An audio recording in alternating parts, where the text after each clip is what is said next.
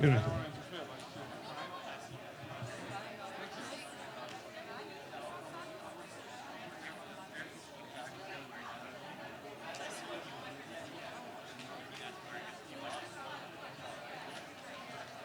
Nice to see you. How are you? How are you? Very well.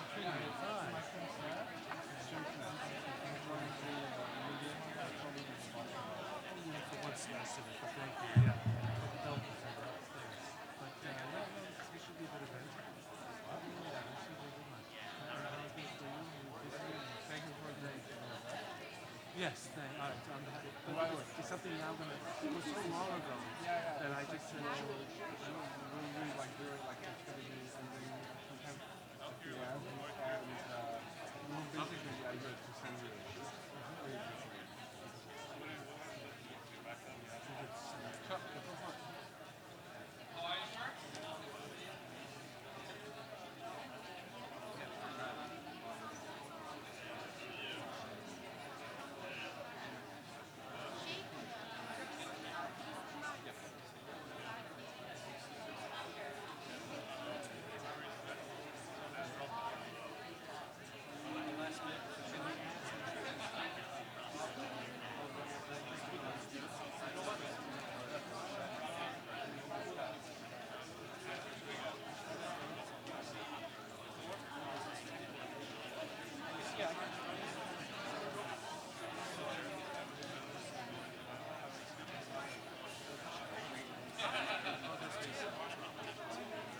Sorry.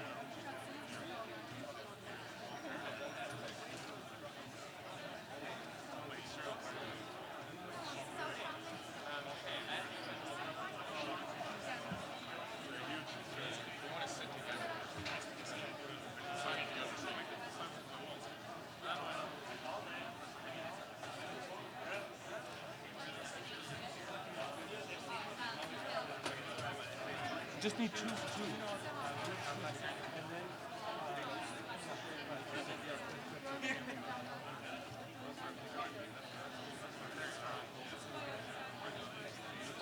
I know.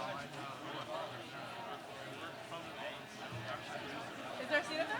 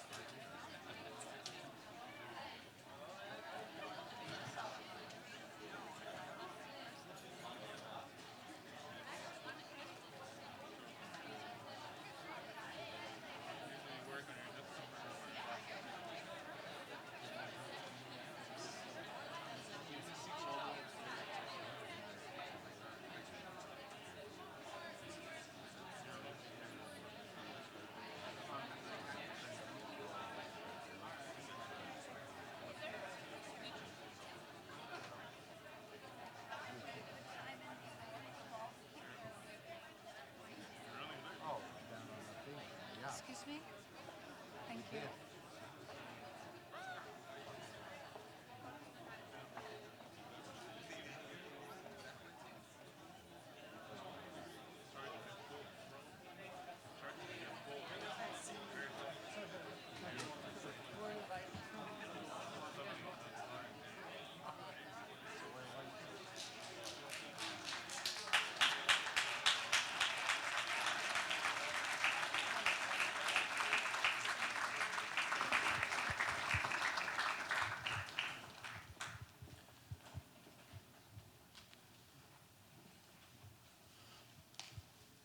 Good evening, everybody, and welcome. My name is Trey Grayson. I'm the director of the Institute of Politics, and I want to invite everybody and welcome everybody to the John F. Kennedy Jr. Forum for tonight's panel discussion about the Arab Awakening. We've got a great panel tonight, and it's going to be moderated by Harvard Kennedy School professor Nick Burns. So enjoy the forum. Nick. Trey, thank you very much. Good evening, everybody. It's nice to see everyone here. I'm Nick Burns. Pleased to be your moderator for this evening. We have an all-star cast to discuss, I think, the major international event of 2011. I guess I should say after the economic collapse, is the Arab Awakening. The revolutions in the Arab world that began in Tunisia in mid-January, that continue today. One of the questions we'll look at is how long-lasting is it? And we have assembled here 4 distinguished experts from the Arab world who will help us decipher this issue and talk about its intricacies. And I'll begin with Sultan Al-Qassami, who is to my left, who is a UAE-based journalist and columnist, an expert on Arab politics and economics. Karim Makdisi, who is the associate director of the Islam Faris Institute at the American University of Beirut, an associate professor there of international politics and environmental policy. Diana Boutou, who was the spokesperson for the Palestinian Liberation Organization. She was the legal advisor to the Palestinian delegation at recent Israeli-Palestinian negotiations. And we're very fortunate, is a fellow at the Kennedy School and Harvard Law School this year.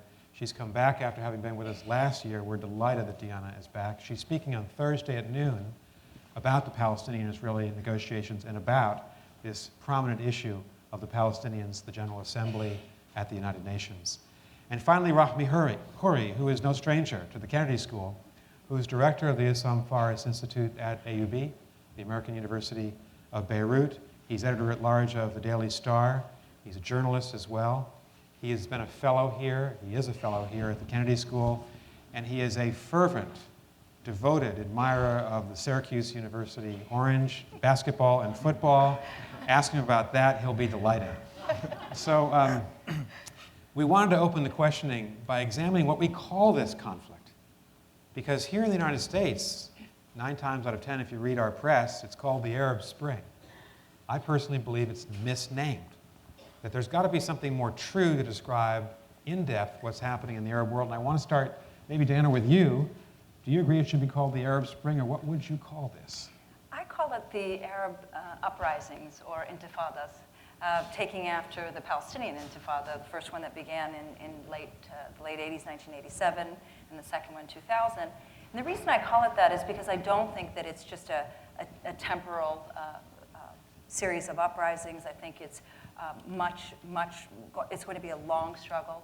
And I think it's not just confined to either a period or just to certain issues. So I think that there's something that's broader in scope that involves actually taking on and rising up against the current status quo, not just in the realm of economics or politics, but in the broader area of the Arab world.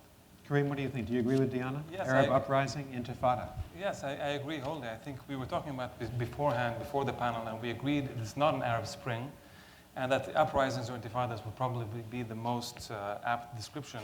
I wouldn't upgrade it to revolutions yet, necessarily, depending on what happens in the longer term. I think revolution is a term, at least academically, that needs to be developed a little bit more before we can figure out if it's an actual revolution, what's going to change structurally, economically, socially, what's going to change. But I agree that uprisings, especially linking to the roots, which is the Palestinian uprisings, I think is a very important issue. Thank you. I interviewed Nabil Fahmy, who is the former Egyptian ambassador to the United States, now at the American University in Cairo. And it was a public interview recorded, so I can quote him. And he said, we can't call it the Arab Spring for two reasons. One is there's no summer in the Arab world, he said. But more importantly, he said, it's not like the Prague Spring. It's not going to be extinguished by some foreign force or even internal force. He thought it was long-lasting. Sultan, do you agree with that? I always believe that the Arab awakenings or the Arab uprisings will probably last maybe for a decade. We're looking at a major tsunami of change that will take place in every country in a different way, but ultimately the Arab world will never be the same. Rahmi, do you agree with the group? I agree with all of those comments. If I were to use one phrase, I would call it the Arab revolt or the citizen revolt, because it captures the idea that what you have here is people who want to be citizens, who want to have rights, who want to live under constitutional frameworks, who want to live under systems of governance in which the consent of the governed matters, and in which they have a say. And remember that this is a long-term process, as Sultan is saying. The American uprising that began in 1775 required a civil war and several centuries until a woman got the vote and then African Americans got the vote. So it took you a long time in this country to complete the citizenship rights and the equality rights of your uprising in the late 18th century. So I think we're looking at a process of several decades at least, but this is an awakening, a revolt that is reconfiguring the entire mechanism of the exercise of power. Let's go to this into a little bit deeper detail. The four of you seem to be saying that we are looking then at a profoundly important historical event, that in 22 Arab countries, something has been unleashed.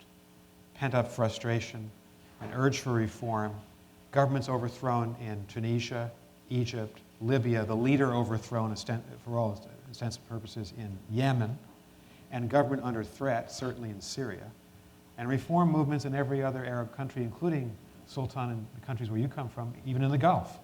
So are we looking at perhaps the most important event in the Arab world in a generation or two? Is it that? Is reform and the deep-seated interest in it that important?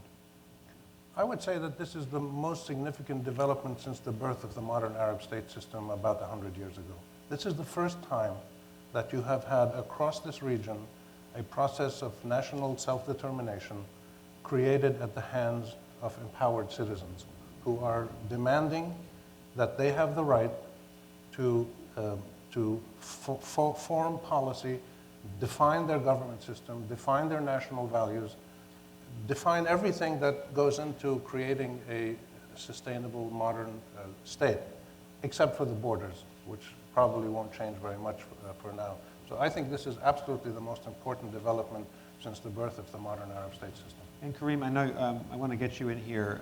We titled this session The Arab Awakening after the George Antonius book that described the first Arab awakening as the Arab peoples overthrew the Ottoman Empire and British and French influence.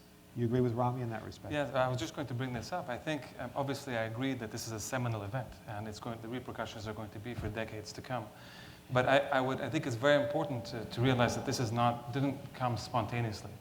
This has been building up historically throughout the 20th century. It's not, at the beginning when these were happening, people were calling it the Twitter revolutions and all these things, as though somehow if it weren't for Twitter, there would not be uprisings, there would not be something happening here. A quick look at history shows us that in 1919 there were uprisings, in the 1920s, 1930s in Palestine there were uprisings.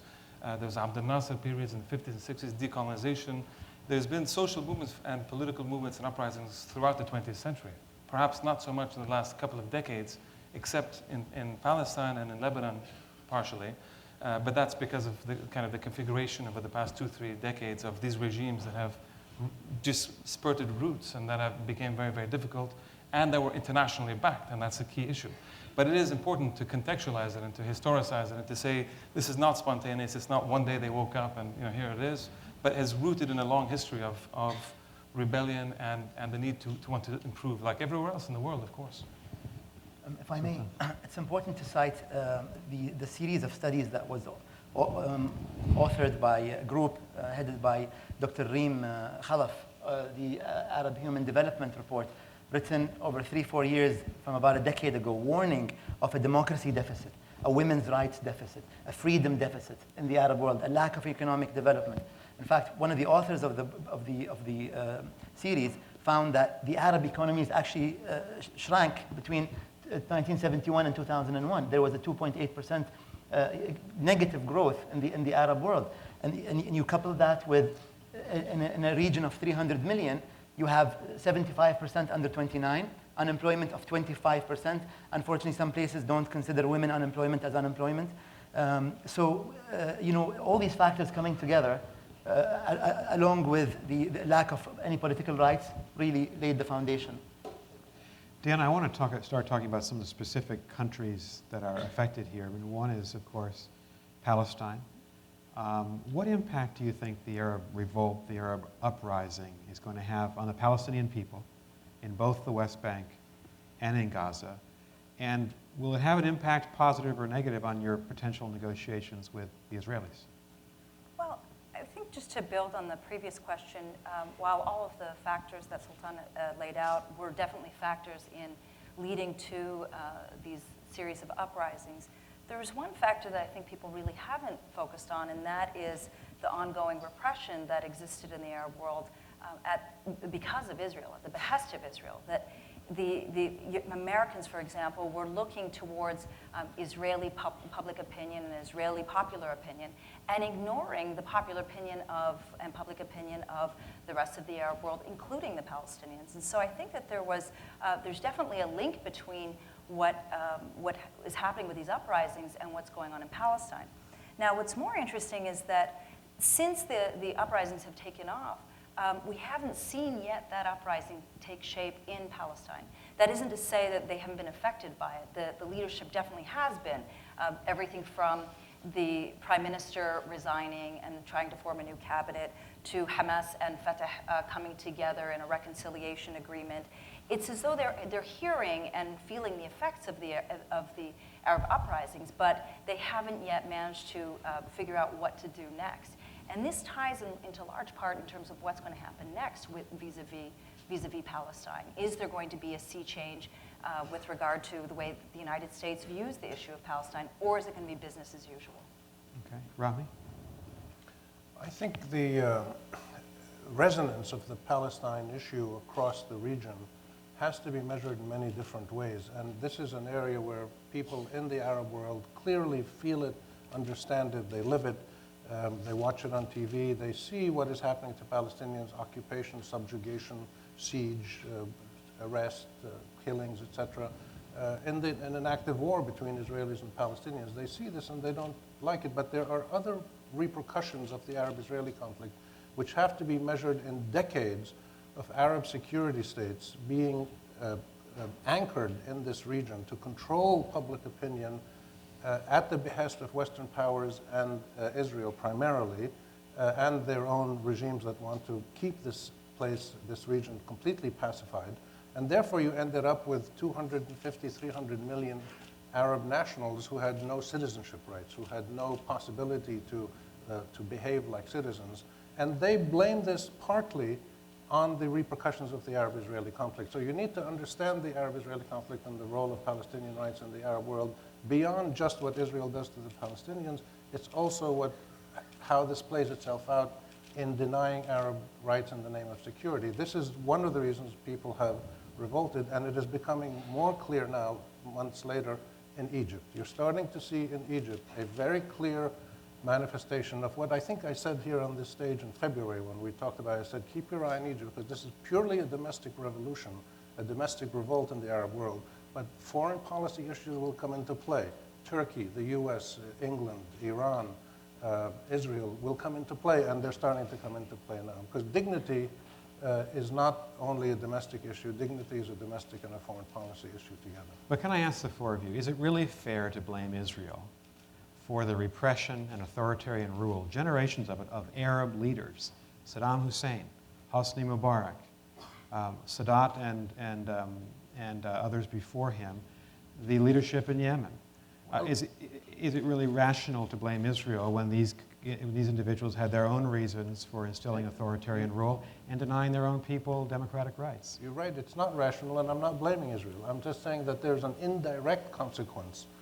It's not Israel that created Saddam Hussein, but it is the relationship between Israel, Western powers, especially the United States, and the Soviets in their day as well, and with their client regimes as well, is not just a Western problem, it's a foreign policy big power problem, that all of these countries were developed as police states, as security states, that completely denied the rights of their citizens, partly because of the Arab-Israeli conflict. But clearly the main problem is domestic authoritarianism. In each country. Within the Arab countries. But you can't de-link these things. You can't separate them. They have to be seen. And that's why you're seeing people in the Arab world revolting. And when you probe beneath the surface, they're revolting against their own authoritarian security states. They're revolting against what's going on to the Palestinians and Israelis. And they're revolting against foreign interference. Look at what Egyptians are saying about American aid. They're telling the Americans, don't come here. We don't want your money. We don't want your democracy promotion. There's a very clear message if people take the time to listen. And one of the absolute critical challenges now is for people in the Western world, Europe, North America, and elsewhere, not to repeat the same mistakes they made in the last 60 years, which is to refuse to listen to what Arabs are saying. Because Arabs are speaking out now for the first time clearly, and we should make an effort to really listen to them carefully. Kareem. Yeah, just to add to this, I think there's 2 important points, and I agree. The first, again, is to reiterate, I think there's this false dichotomy, which has come especially in the press here, between internal and external. As though, if you're revolting against sort of a security regime, authoritarian in Egypt and Libya and places like this, somehow it's either domestic or it's foreign policy. And it's linked. These security states were created and sustained by outside support.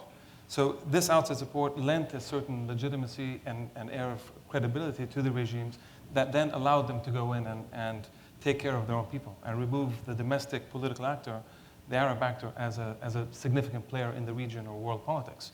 What's interesting today is that now this shackle is being removed. And as I agree with Dan, I think it's very, very important that the Arab domestic political actor has become important again. Everyone's tracking Libya and Bahrain and Yemen and Syria because now it's actually an important player. There's no longer a regime acting on the behalf of Israel and the United States or others, securing the domestic actor and putting them down. So it's an interesting linkage, which is very important.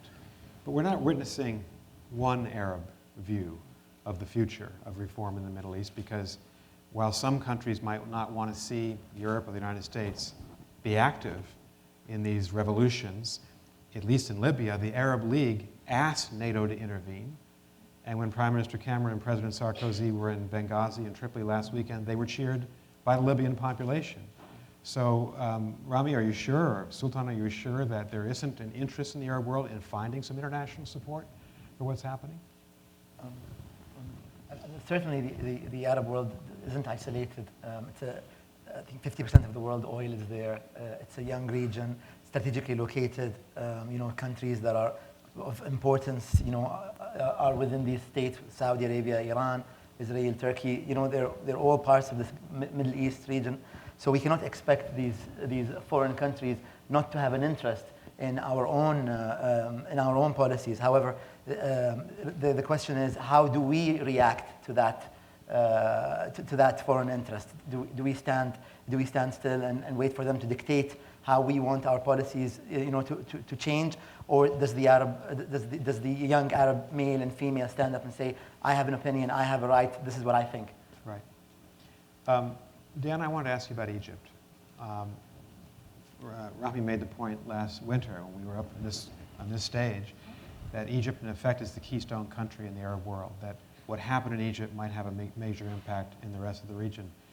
Do the Democrats, those who stand for a renewed constitution and democratic elections and a democratic government, do they stand a chance against the organization of the Muslim Brotherhood on the one hand, and perhaps the reluctance of the Egyptian military to give up power in the final analysis to a democratically elected government?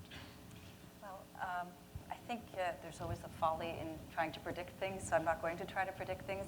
But I do think that they do stand a chance. And the reason is if you've seen just the protests and the shape of the protests over the course of the past 8 months, it's been going in a very interesting direction, that it's not just that they're allowing the military to rule with a free hand. It's not that the Muslim Brotherhood has come in and swept uniformly.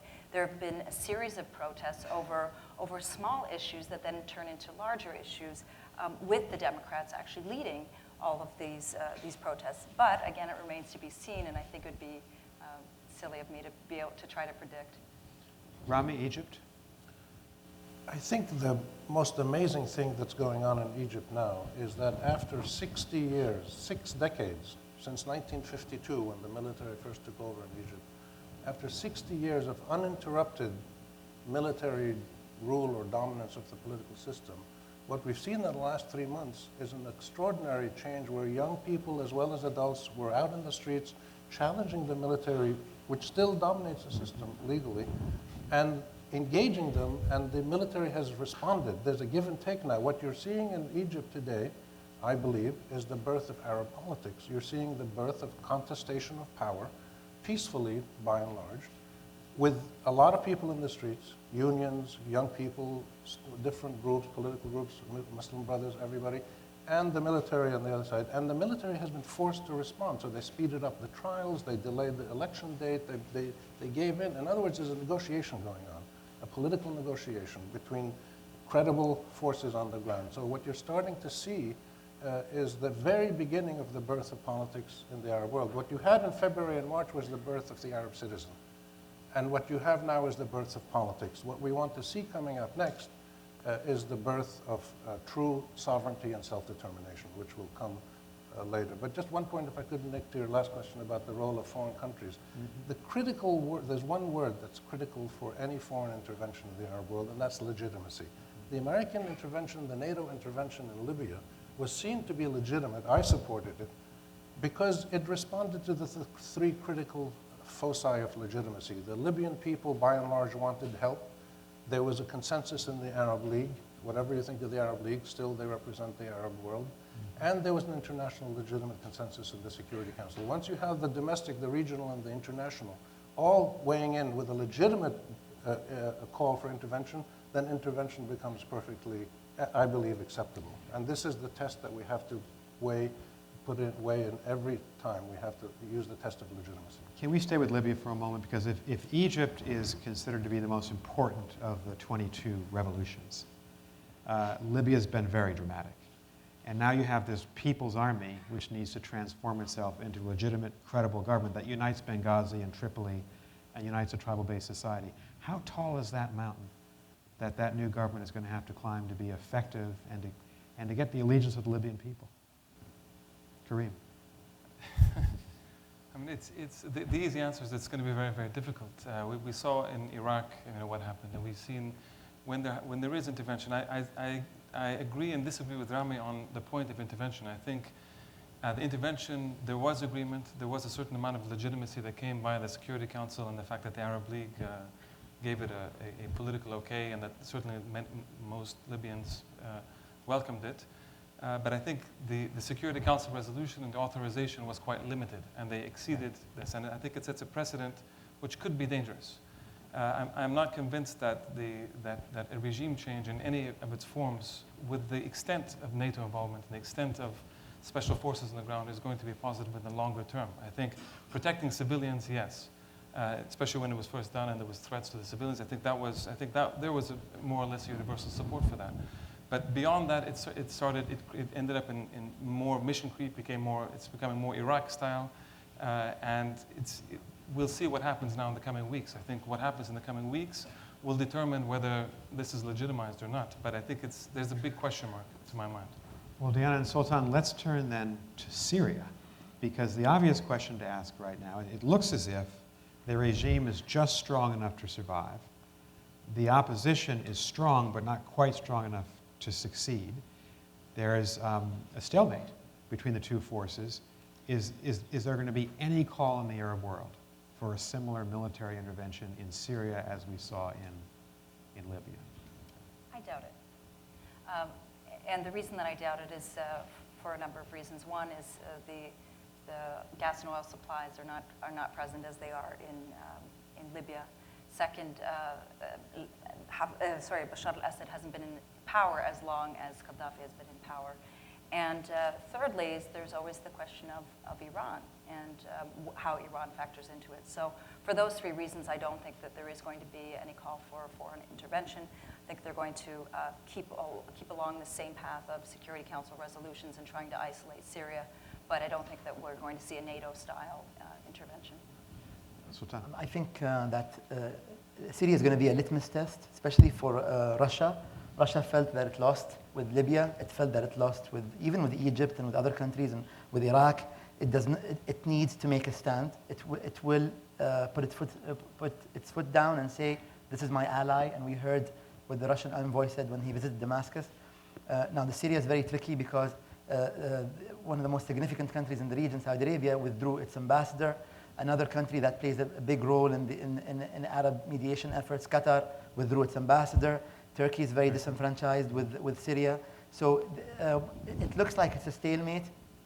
I wouldn't also make a prediction, but Bashar is very popular in some parts of Damascus and Aleppo.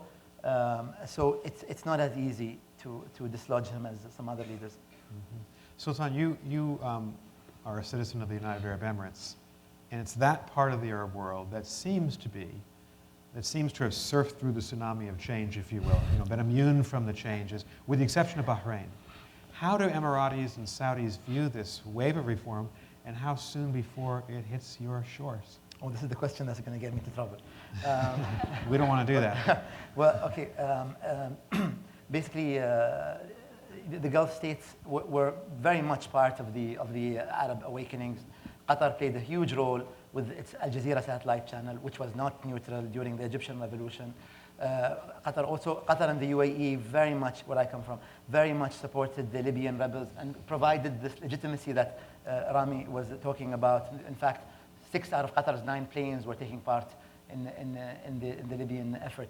So in the NATO operation. Yes, in the NATO operation. Yeah. And the UAE also provided huge support. Kuwait, for instance, gave them $180 million. Qatar gave them $400 million. So we were very much part of it. And even after the revolution, after the fall of Mubarak in Egypt, the UAE came in with $3 billion. Qatar promised $10 billion. Saudi Arabia promised $4 billion. $2 billion went to Jordan. Very much a financial kind of reaction outside their neighborhood. Inside their neighborhood, we had Oman, which is a sultanate in the Arabian Peninsula. There was a mini uprising of several hundred people.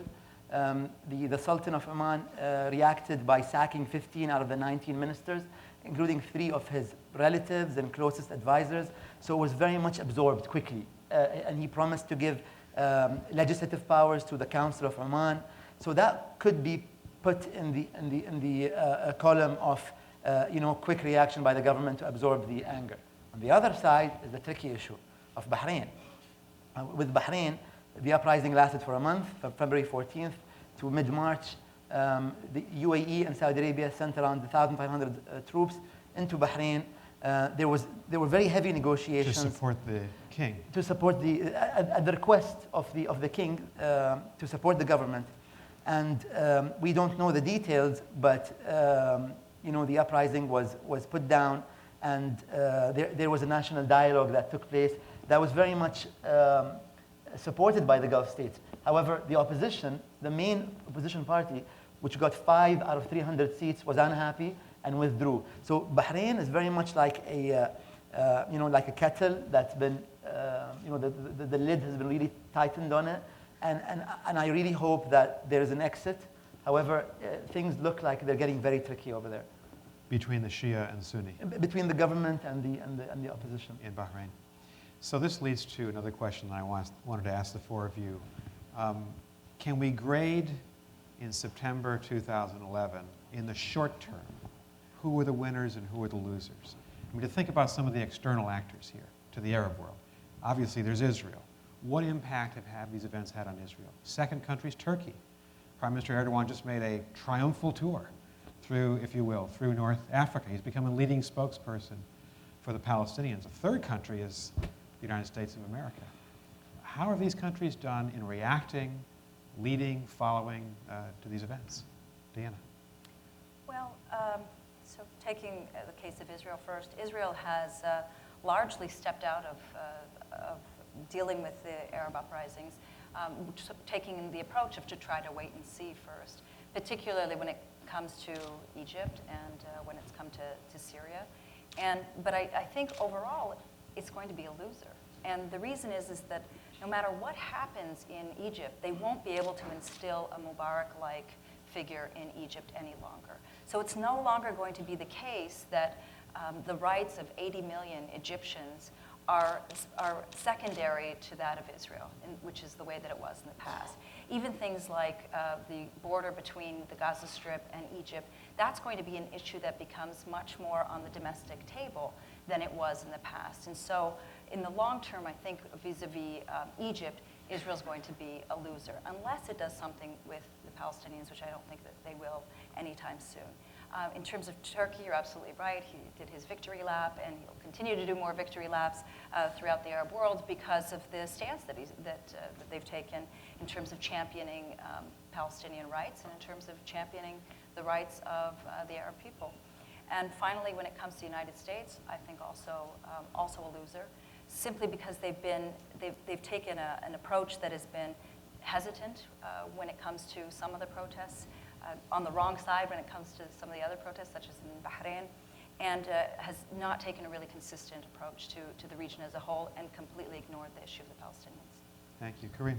Yeah, I mean, I would agree largely with what Dan is saying. I think Israel has lost. It's being, certainly in the region, being associated with the other regimes that are falling. So there is an association between Israel and these autocratic regimes, and that's sort of part of the same era, part of the same historical era. So this is being looked at in very interesting ways. On the flip side, I mean, all the autocratic regimes have lost. Interestingly, even Hezbollah in Lebanon, I think, is under pressure and is questioning itself and questioning its own strategy. Now, inside Lebanon, it's an interesting, especially depending what happens in Syria, I think there could be question marks there. I think the Palestinian Authority was losing quite a bit. Now they're trying to resuscitate themselves with this initiative at the UN. But I think the Palestinian Authority is linked to Israel and to the other Arab regimes, and they've so far been losing, I think. Rahmi, I wanted to ask you about Iran, and you can comment on the other countries in play. Now, we had the extraordinary situation 2 weeks ago of Mahmoud Ahmadinejad speaking out publicly to give advice to Bashar al-Assad not to use violence against his own people. This is the same person who put down, the people of Iran brutally in 2009. What do you read? Are the Iranians now worried that this revolution might shift to Iran in the future? That the Iranian people might look at the Arab people and say that this is worthy of emulation? Well, the Iranians had their revolution in '79, and there's a whole new stirring of populist demands going on now, and has been going on since Khatami's 2 elections 10, 12 years ago. So there's a ferment in Iran that's been going on for over a decade. And I think it is clear, I was in Iran last year for the first time and saw it firsthand. It's clear that the situation in Iran is not sustainable for a long time, and there are great forces. Iran, to me, is like the Soviet Union in the mid-1980s, that there's great underlying tensions and stresses that will break through at some point. The relationship between Iran and the Arab awakenings is a very complicated one.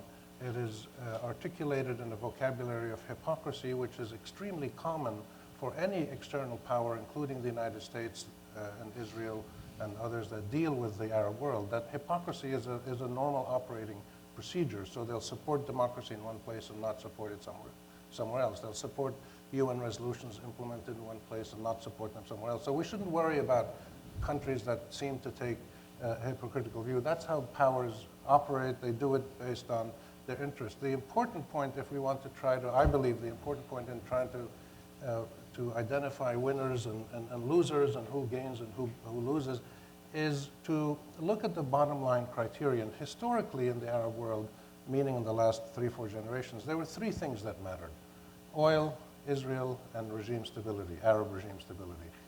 Arab regime stability has now been shattered, that you can change regimes. If people want them changed, they can be changed. But oil and Israel remain sacred. They cannot be touched. And this is why we see a different policy in Bahrain to somewhere else. But the shattering of the regime stability dictate means that there's a new dictate that replaces it, which is the consent of the governed. A democratic, participatory, accountable system that means public opinion matters.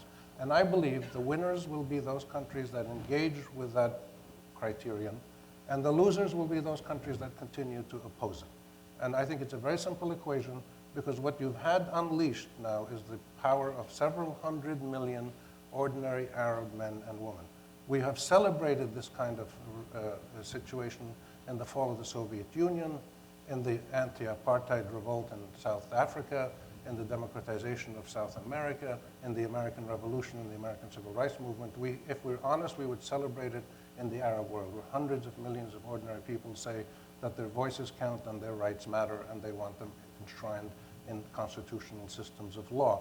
Anybody who supports that will be a winner. Anybody who doesn't will eventually be a loser. So last question before we go to questions from the audience, and it plays right off your final comment, Rami, because well said.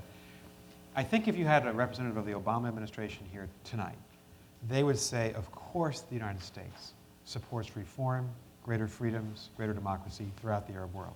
But they look at an Arab world which is very much divided on this issue. And so you saw President Obama very swiftly, in my judgment, turn our support from Mubarak to the streets, to the people in Tahrir Square in Egypt, support the revolution in Libya as well, and certainly, perhaps belatedly, support the revolution in Syria. But you saw that same administration not support the demonstrators in Pearl Square in Bahrain, out of deference to the UAE and Saudi Arabia, out of deference to stability in the Gulf, because of oil and gas, because of the containment of Iran, and because of the help of those regimes supply on counterterrorism. So if you're the American president, you're balancing our values, which are dear to our country, but also our pragmatic interests, oil, counterterrorism, counter-Iran. From an American viewpoint, is not that balancing the proper way, if you're the president of the United States, to react to 22 different, very different dramas throughout the Arab world? Is there really one policy that can cover the entire Arab revolution, Sultan? Last question. I always try to put myself in the other side when I comment. I think the Americans have their interests, but I'm more concerned about what our interests are. Sure. It's more important for me that the young Arab has rights. It's more important for me that a young Arab has a voice, and I don't care what the American reaction is, as long as it doesn't stand in my way.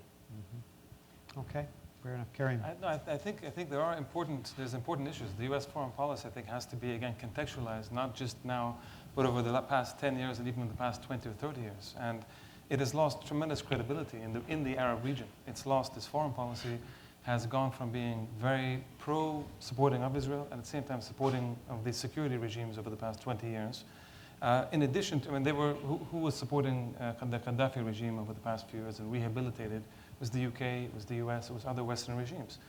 So this is, you need to contextualize this in addition to the fact that there is, as Rami was saying, some hypocritic sort of going back and forth, supporting some states here but not theirs. It's crystallized, I think, in the question of Palestine, where the Obama administration is going out of its way to try to deny even the attempts of the creation of a Palestinian state. That is part of U.S. foreign policy, declared foreign policy, which is declaration of a state. So this thing is being noted. I think there's a lot of lack of credibility. I think there was, the U.S. has done well in some cases to put itself in the background a little bit, not to be first among those in the interventions. Libya, for instance. I think that was a wise move. I think in Syria it's wise not to intervene, not to be pushing too strong, perhaps behind the scenes, but not to be seen to be pushing too hard. I think that's also a clever move. But overall, U.S. foreign policy in general, the past 20, 30 years, I think there's a lot of lack of credibility, and they need to understand, I think the U.S. needs to understand that the important interest is stability and having a good relations with the Arab people, which is now the new actor on the stage, which is something which was the case in the early part of the 20th century. Thank you very much, Karim. Diana, I wanted you to answer this question as well about the U.S., but since we have you here, and the Palestinian delegation is arriving in New York, what's your best sense of what's going to happen on the resolution on Palestinian statehood this week at the UN? Well, as you know, Nick, this is not a simple issue. It's not something that's going to be resolved by the week's end. I do think that there's going to be an application for membership to the UN that's put before the Security Council, as is required under the UN rules. I also think that there's going to be a General Assembly resolution that tries to put forward this issue and perhaps upgrade Palestine's status. But I don't think that anything's going to be resolved.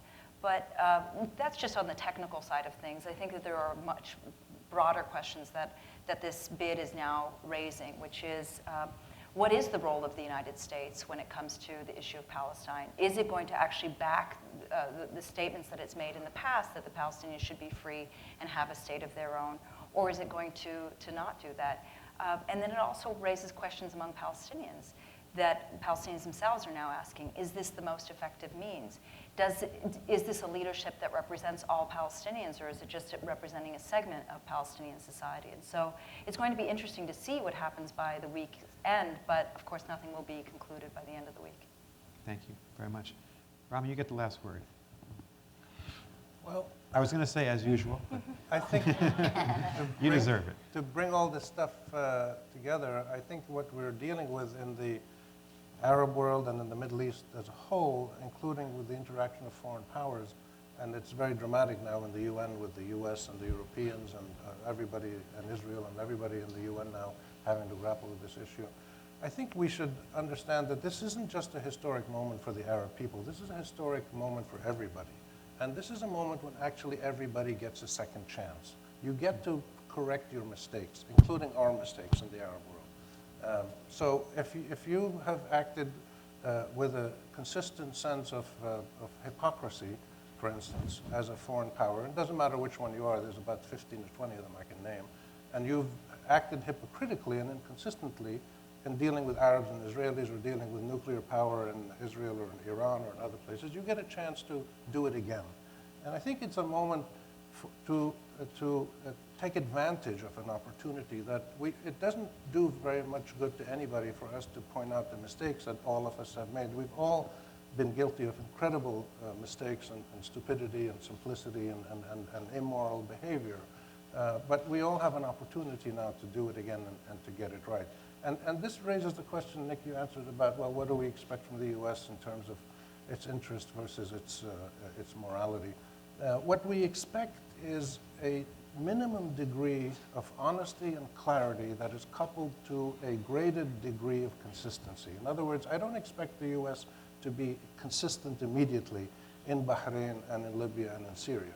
But what I do expect is a minimum of honesty and clarity about what does the United States actually support.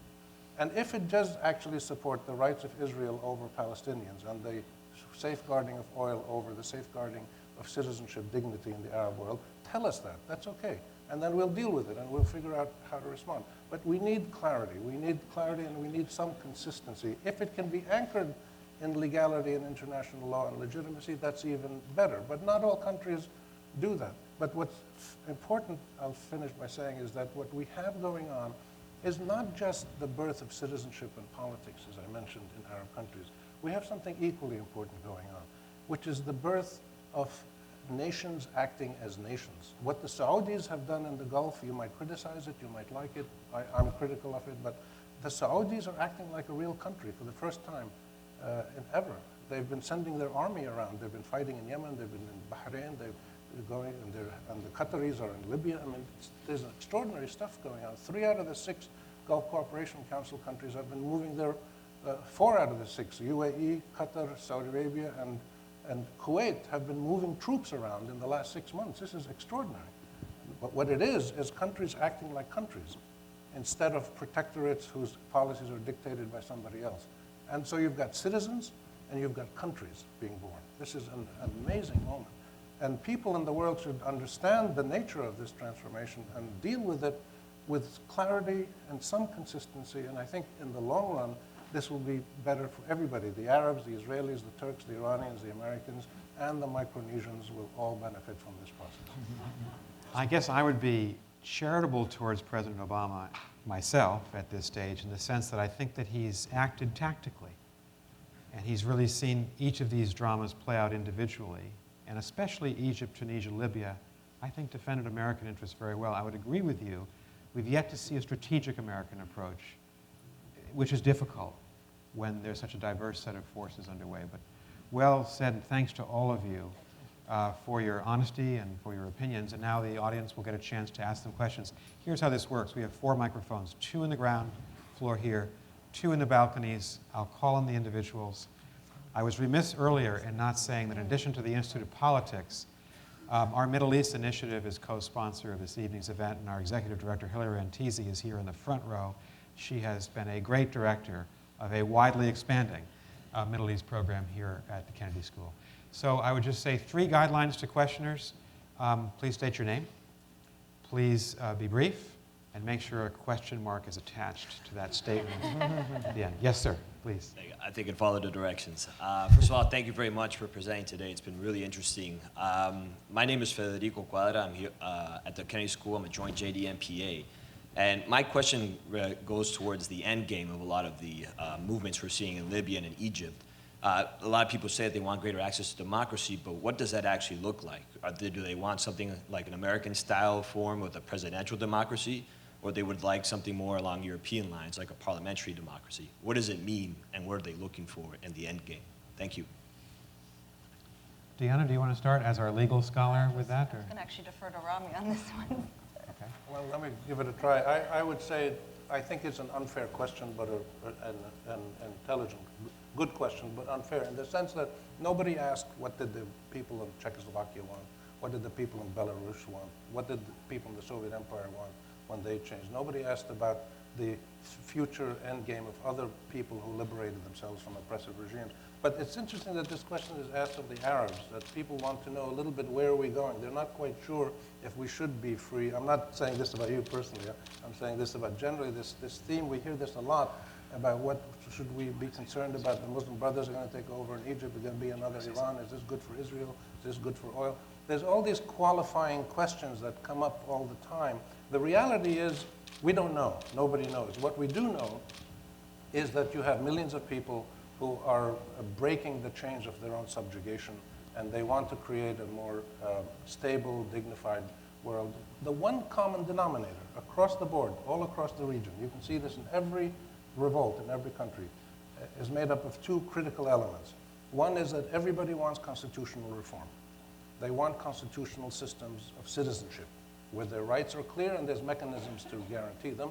And the second thing they want is social justice. This is a revolution for social justice. It's unbelievably important. So I think if you put those 2 things together, then let the system evolve, and we will have a variety of different kinds of end games, which will evolve by themselves. But can I just say, and perhaps Kareem, you want to address this, how about reform for women's rights in Saudi Arabia?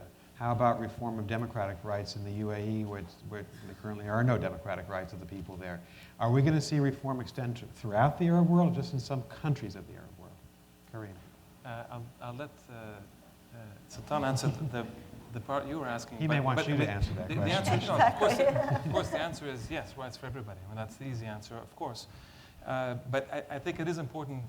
I began by saying the question whether it's uprising revolution depends on what happens. I think Rami made an important point, which is the question of within the constitutional reforms, there's a big struggle going on. And the struggle is about how to incorporate elements of social justice, economic redistribution, perhaps moving away from the kinds of economic policies, this kind of neoliberal economic policies that have taken place over the past 20, 30 years that have not led to wealth across the board. It's led to wealth in particular parts of merchant classes, et cetera, at the very top, but it's not made its way down. And this is something which is being considered. And the question, of course, is there's a lot of interest involved in this thing, but that will tell whether it's a revolution or not, depending on that particular issue. As far as women's rights, I think, of course. I mean, I think this is an issue which is fundamental, and again, without that, it will not be complete. They'll probably happen a lot faster in Saudi Arabia than they happened in the United States in terms of women's rights to vote. Let's hope so. We'll hold you to that. Sultan. Well, I mean, you said there's no democratic, there's no democracy in the UAE or in Qatar. This is the way the system is made. I'll let you in on a secret between us. A lot of us in the Gulf really wanted the Bahraini experiment, the Bahraini, to work. We wanted the end game to work. Now, none of us wanted any bloodshed. None of us wanted anyone to get hurt. But we all wanted the vision of a constitutional monarchy to succeed. And we, for a period of time, we all looked upon what was happening in Bahrain in the first few days of mid-February as perhaps a light at the end of the tunnel that we will have constitutional monarchies in the Gulf. But then that dream was ended. And in fact, where you do have constitutional monarchies, Jordan and Morocco, the Gulf states are trying to bring them in. And doing so, I think there's a lot of financial incentives to maybe take it easy and not rush things. Thank you. Deanna, please. Yeah, precisely. Just to add on that, I mean, the fact that they were both invited in to be part of the GCC indicates that these monarchies are going to go out of their way to stand in opposition to all of the other Arab regimes, but are going to go out of their way as well to try to protect the monarchies that exist. So I think that we're going to see a different configuration in the Middle East with the monarchies protecting one another and the remaining countries having to fend off these uprisings. That's interesting. Thank you. Yes, sir, you have a question. Hi, I'd just like to say thank you for coming out this evening. I'm Second Class Lord from the Coast Guard Academy. My question is, with the Palestinian Authority appealing to the United Nations for statehood, do you think it's detrimental to their cause that they refuse to negotiate directly with the Israelis? Deanna? Oh, is that for me? I think so. So I was, as Nick mentioned in the introduction, I was part of the negotiating team. Look, there have been no negotiations that have taken place for about a good decade. There have been attempts to have talks and what have you, but there's been really no negotiations over the course of the past 10 years. And what has emerged is a very clear record of the fact that as many times as they try to sit down and negotiate, the Israelis are simply unwilling to come to the table and to either halt settlement activity or to really allow the Palestinians to live freely. This has emerged in the Al Jazeera leaks that came out in January of this year. So the fact that they're going to the United Nations is a strategy. And it's a strategy, in the words of Mahmoud Abbas, not to try to get rid of the process of negotiations, although I think the negotiations should come to an end, but as a strategy to try to bring to the fore the fact that this conflict has gone on for so many years, that negotiations have led nowhere, and that the international community should now get involved in trying to resolve this. On that aspect, I actually agree. I think that we really have to put an end to this idea that there are going to be fair and even negotiations. It didn't happen in the past. I'm not so sure why we should continue to pursue it in the future. The United States has never really taken an even hand when it came to these negotiations. And so I think that it's time for something new, something different. I'm not sure if the UN is the best route for it. I'm a little bit critical of it, but I do think that something different has to happen. Thank you. Kareem? Yes, again, I agree, and I think it's interesting that implicit in your question is, there's this question of Palestinian Authority interest versus the Palestinian people interest, and I'm not sure it's the same thing. This is part of what's going on in the region today. As I said, I suggested, I think that the Palestinian Authority is doing this in order to save itself, institutionally, bureaucratically, to preserve a role for itself, because without this, it has absolutely no meaning anymore, beyond a kind of regurgitating the same old cliches and discussions and essentially having very little ability to shape any kind of negotiating position at all. For the Palestinian people, I think there's a diversity of opinion, there's a lot more interesting discussions. It's significant, I think, that the Palestinian Authority did not consult the Palestinians largely before they came to the UN. So something as significant as coming to the UN to declare statehood, again, by the way, they've already declared independence, and have already been recognized by over 100 states. This notion of coming without consulting your people, without even consulting key partners within your own alleged government, is a very strange thing. And I think it's done in order to preserve itself. And I don't think this serves the Palestinian people necessarily, because they don't know what the implications are. That's quite clear. Thank you. Yes, sir. Hi, I'm Ali. I'm from Iran. And unfortunately, after the glorious Arab Spring that we saw in Egypt and Tunisia. I was witnessing these scenes of turning down the flag of in the American University of Cairo last week, and attacking two embassies in Cairo. That reminds me of my own country in 1979. It seems that there is a growing tension about Israel and United States in Middle East. My question is, what would remain of those moderate parties in Middle East who want to deal peacefully with West after this move that it seems that United States will go for blocking it in United Nations? And what would remain of those? What should they do?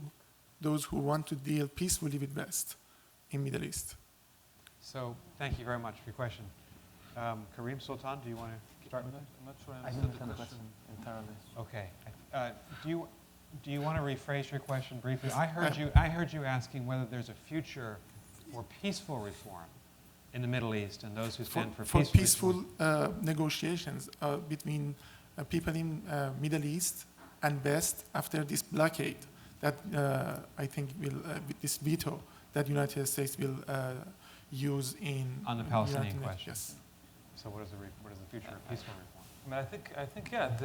Again, the simple answer is, of course, yes. It's not. The issue is never. I mean, just to be clear, I'm not sure you're implying this, but just to be clear, this is not a civilizational issue. It's not a clash of cultures. None of this kind of stuff which gets trumpeted. This is a question of, in the case of the U.S. policy, which is rejected and found to be extremely that lacks credibility in the region. So this is a function of the U.S. aligning, as Rami suggested earlier, the U.S. aligning its own interests and its own sense of foreign policy with, at least now, with this opportunity that Rami was talking about, to realign itself historically, which was always the case, with Arabs and with the Arab people. There's nothing unpeaceful about the Arabs per se. But if there is a question of, there are rights, and are you for these rights or are you against these rights? There is a struggle. It's not a U.S. versus the Arabs. It's not Christian versus Muslim. It's none of this kind of stuff. It's policy and reactions to policy. Thank you. Yes, sir. Are you looking at me? Yes, I am. Yes. My name is Michael Brower. 100 years ago, I studied at this school long before it was known as the Kennedy School. I got a PhD from Faculty of Arts and Sciences at Harvard. My question has to do with how we continue learning from about the Arab world after the four of you have left, starting tomorrow morning. I don't trust the American news media. I don't trust our daily newspapers. I don't trust our major TV channels. Are there any daily or weekly or monthly English language journals that you would recommend for those of us who want to continue to learn about the Arab world? Sultan? I get my We have news. several representatives of the American media here. I'm going to give them right of response if they'd like. But in the meantime, Sultan, what do you think? I get a lot of my news from, I use social media, which basically filters a lot of the news that I want. If I want to get news from Egypt, then I'll follow maybe 10 or 20 different feeds that will give me maybe a more general view of the situation rather than perhaps one specific channel or one single newspaper. Rahmi, you're a journalist. Well, I follow the media very closely, and I would suggest that there are several very good websites now that provide really, really good in-depth analytical analysis about the Middle East and the Arab world and the Arab-Israeli conflict and other things.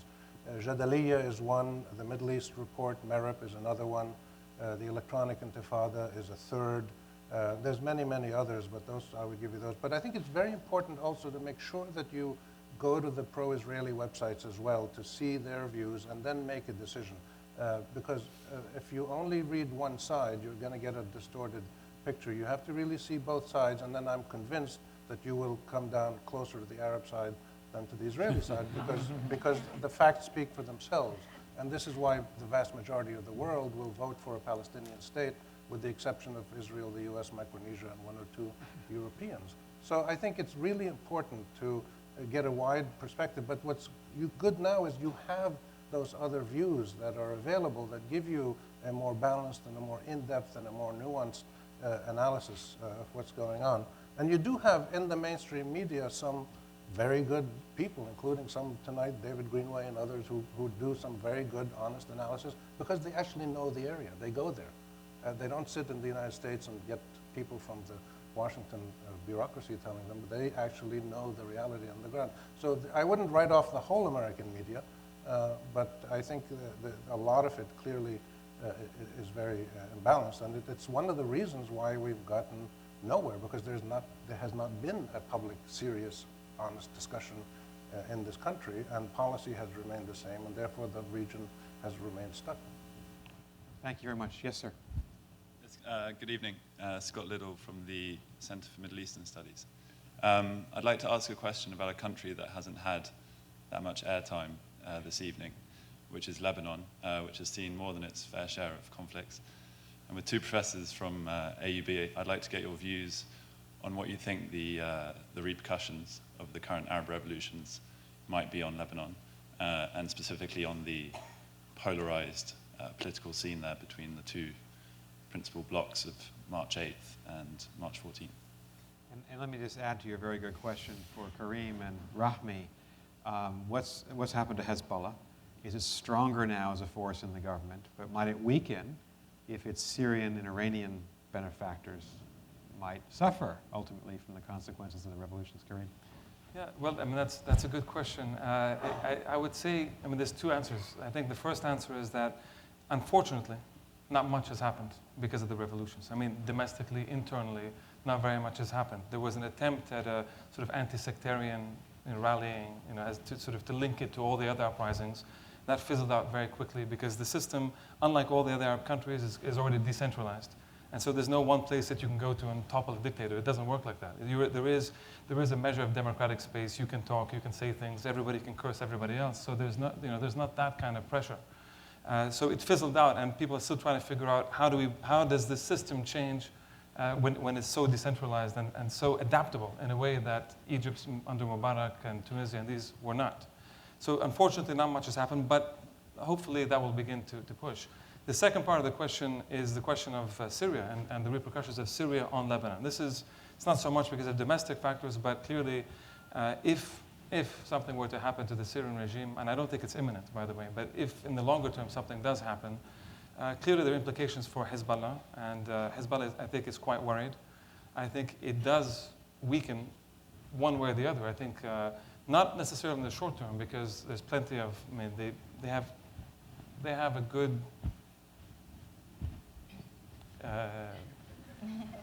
they're able to, I mean, they have a good amount of influence, let's say, in the country. And so without Syria there, it's clearly something which is not going to be beneficial, depending on what happens later. I think there's just one misconception, that is, if the Syrian regime were to fall, suddenly you'll get a very pro-Israeli sort of regime that comes. I'm not so sure about that. So, it depends how it plays out.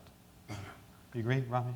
Yeah, I'm not an academic. I'm a journalist masquerading as an academic. But I go to Syria regularly, and I talk to people on both sides there, the government and the opposition, and I followed it closely. And my impression is that a change in Syria, whether it's regime change or regime transformation or something, will have far more impact on the region than anything that's happened to date in Egypt or Libya or anywhere. Syria is so critical to this region because of its links with every single actor and conflict in the area, and its direct relationship with Israel as well. So I think you have to keep your eye on Syria. I believe the Syrian regime is in deep trouble, but still has a very small capacity to transform itself. But gradually, this system of government in Syria is on the way out. There's no question about it. The only question is, will it go quickly? Will it go slowly? Because they've lost domestic legitimacy to a large extent. They've lost almost total regional legitimacy, and there's massive international pressure. The three loci of legitimacy and pressure are all operative at once, and they can't put up with it. And the economic screws will be the ones that will cause one of the pillars of the regime support to finally crack, and that'll speed up the transformation. It may take 6 months, it may take 2-3 years, but I think it will happen, and this will have huge implications for Iran and for Hezbollah, both of which understand, I believe, that their days in their present configuration are numbered. They can't just continue doing what they've been doing for many, many years. So the transformations, I think, of most of these resistance and deterrence parties, as they call themselves, I think they're in for huge changes. They still have a lot of legitimacy and support around the region because the issues that they play on are issues that matter to a lot of people, including Arab-Israeli issues, foreign interference in the region, and things of that nature. So it's not a simple black or white situation. So we have 10 minutes left. We'll try to get in as many questions as possible, brief questions, brief responses, and please, sir. Yeah, hi, good evening, everybody. My name is Haytham Al-Salama. I'm a first-year student at the Kennedy School at the Master of Public Policy program. My question is to Sultan, but the panel in general. You stated that, and you specified an example of Qatar and UAE to be countries that were secretly hoping for the Bahraini revolution to be successful and the move to constitutional democracy. My first part of the question is, do you believe constitutional monarchies are the right model to govern our countries in that region? Or maybe the current existing monarchy system is what best suits that region? And are we seeking democracy for democracy's sake, just to mimic the word democracy that exists in the Western world? Although I don't believe it's actually as colorful as it's painted to be. Or are we seeking democracy for social justice and economic growth, what I don't think parts of the countries in that region lacks for now?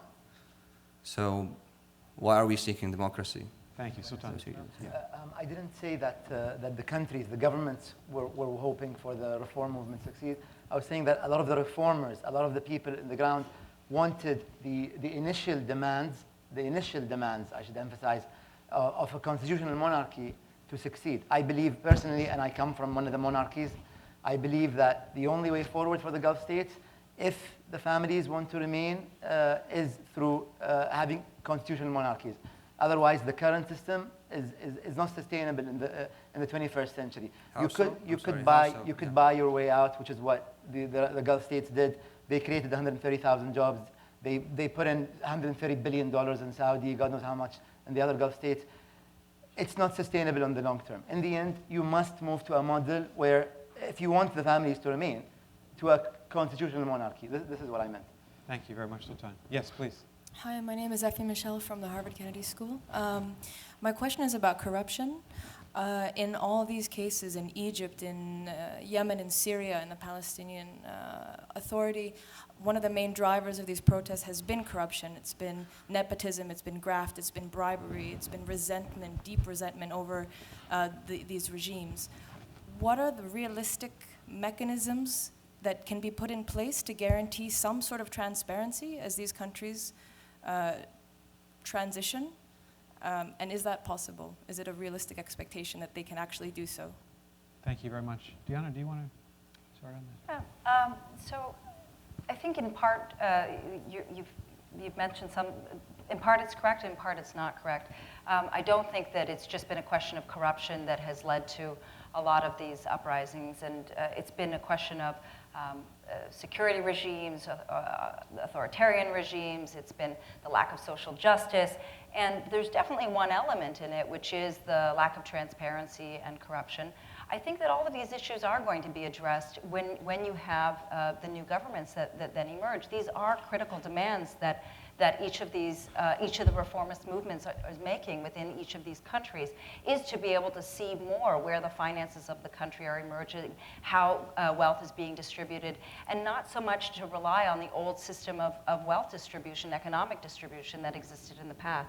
So it's definitely one element, but it's not the entire element and not the entire reason for these uprisings. How it's going to be done is, I think, largely through legal mechanisms and through the continuation of protest.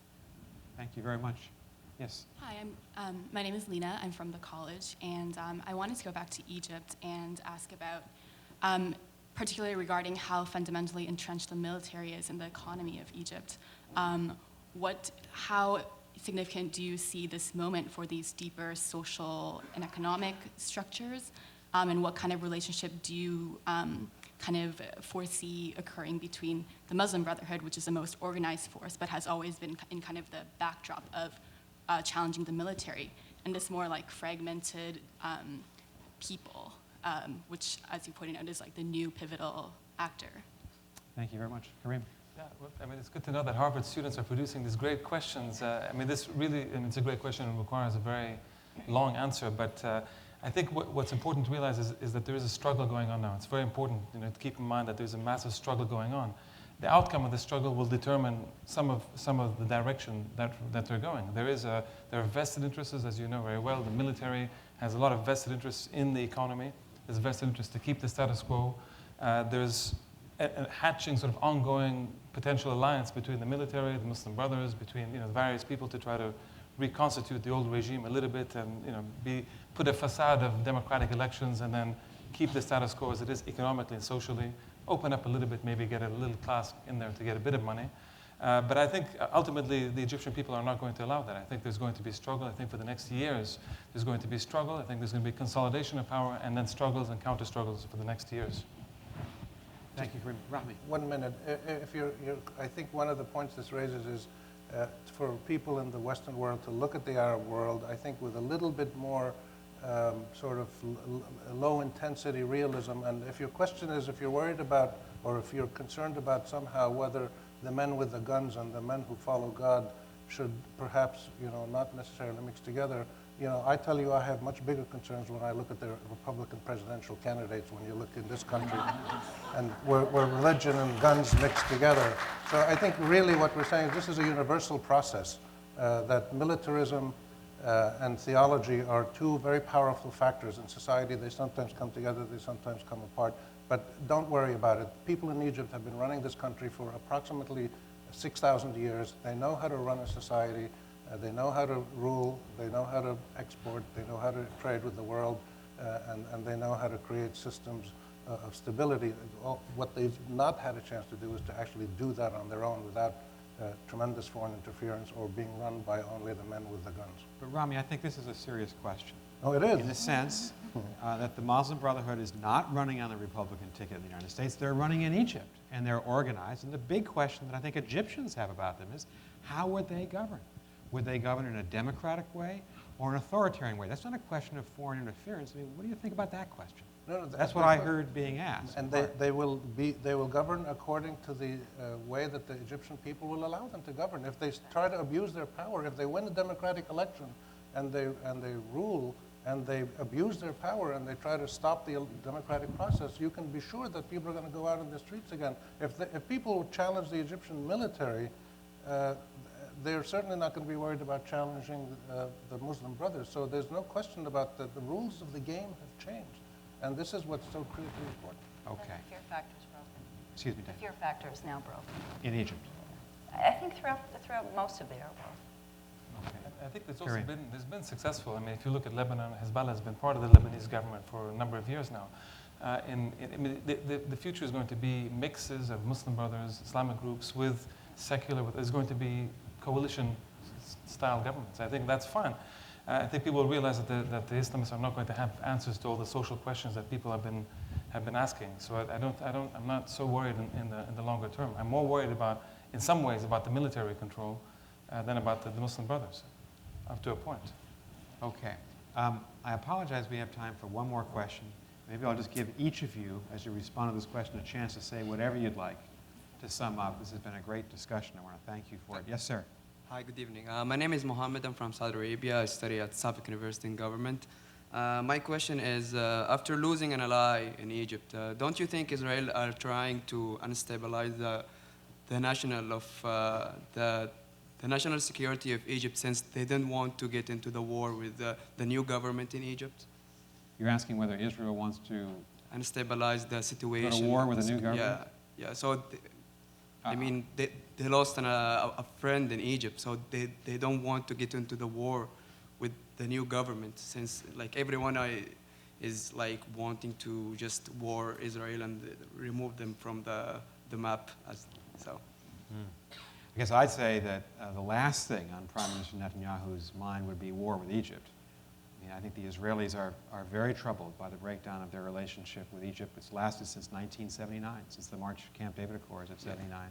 It's been a searing experience for the Israelis to see this partner disappear overnight. But I wouldn't. It doesn't lead me to suggest that the Israelis are looking for conflict. They're looking for a relationship with whoever emerges, I think, in Cairo. That would be my sense of this. But this is the last question. Each of you get to answer it and say whatever you'd like in the way of summing up.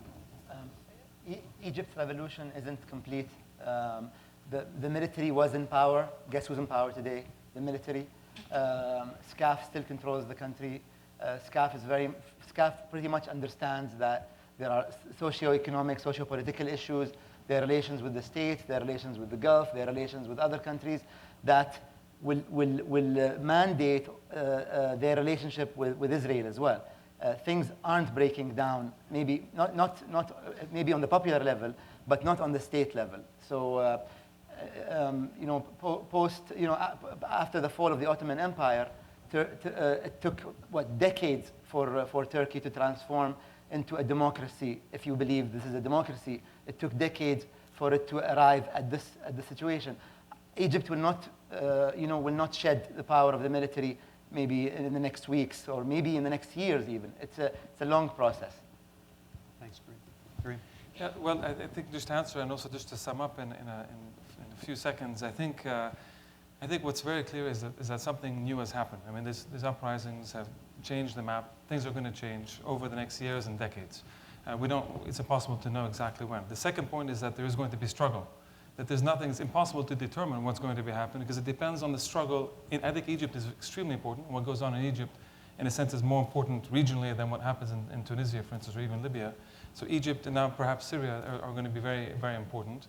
I think the U.S. foreign policy, looking at it, has to, as Rami suggested, there's an opportunity to, I don't think we forget everything, but I think there's an opportunity to realign, to come back into some kind of, at least middle of the road area and say, okay, we support X and Y, and push ahead with that, with a little bit less of this very clear divides between who they support and who they don't support. I think the U.S. can be more assertive, but in the meanwhile, it's losing more and more credibility in the region, and that's important. Dan? I think that we're right now facing a new Arab world. And it's not something that's, I think in a month's time, it's going to be different from where we are right now. And in 2 months' time, 3 months' time, 6 months' time, it's going to be in a different place than we are now. But given that we're facing a new Arab world, I think that what we're going to have to look at and focus on is on the internal domestic issues and no longer hold the external issues hostage. In other words, for all of these years, all of these decades, these Arab countries have maintained external stability at the expense of internal reform, at the expense of internal public opinion. And I think that now it's going to be a question of focusing on the internal and less so on the external. When it comes to Egypt and Israel, I think that this is a lesson that Israel is going to now have to walk away with and learn, which is that it cannot continue. Its freedom, its status in the Middle East is no longer going to be the same, and instead they're going to have to start taking into consideration public opinion across the Arab world and really recognize that they cannot continue to operate in the way that they've operated over the course of the past 60-plus years. We're now in a new Middle East, and it's time for Israel and the United States to take a different approach. One of the slogans of the Egyptian uprising is "Irfa' rasak inti Masri," hold your head up high, you're an Egyptian. The element of pride that has now come into play in Arab politics and diplomacy is really, really important and is very hard to quantify. I know political scientists and people like that here like to quantify these things. That's why I never continued my political science studies, because I couldn't understand any of that stuff. But the element, the intangible element of pride is the flip side of the indignity that people suffered. They have pride now. They've manifested it in several ways. And two big things now you see going on vis-a-vis Israel. The Egyptians now, well, you see it three ways with the Turks as well, but in the Arab world, the Egyptians standing up to the Israelis, not wanting to make a war. They want to keep the peace treaty, but they won't put up with any kind of, being dissed by the Israelis, being insulted, being taken for granted. So at the political, the government level, at the popular level, you're seeing this very important new element of standing up and demanding your rights and not being pushed around. The second more important one, I think, is what the Palestinians just did with those two great merchants of dishonesty, Dennis Ross and Tony Blair, who were sent to us again last week as a great, a phenomenal insult when they send us these two merchants of dishonesty to try to work out a deal. And And to their credit, the Palestinian leadership basically told them, go home. You're not coming with an honest deal. Go home. We won't put up with this nonsense anymore. And the Palestinians are going to the United Nations. Those are just two examples. There's many others. But this is a new attitude in the hearts and minds of people, which is starting to be translated into policies on the ground. It's a very constructive foundation on which to build if people will respond to it. And what it's calling for is simply the equitable application of the rule of law across the board for Arabs and Israelis and Turks and Iranians and Americans and Micronesians, that everybody should be treated the same way. And this is an amazing opportunity if people would see it like that and act on it in a constructive way. I wish we could continue this conversation. I want to thank Sultan Al-Qassami, Karim Makdizi, Diana Bhuttu, and our friend Rami Huri for their analysis. Thank you for your questions. Thank you for joining us this evening.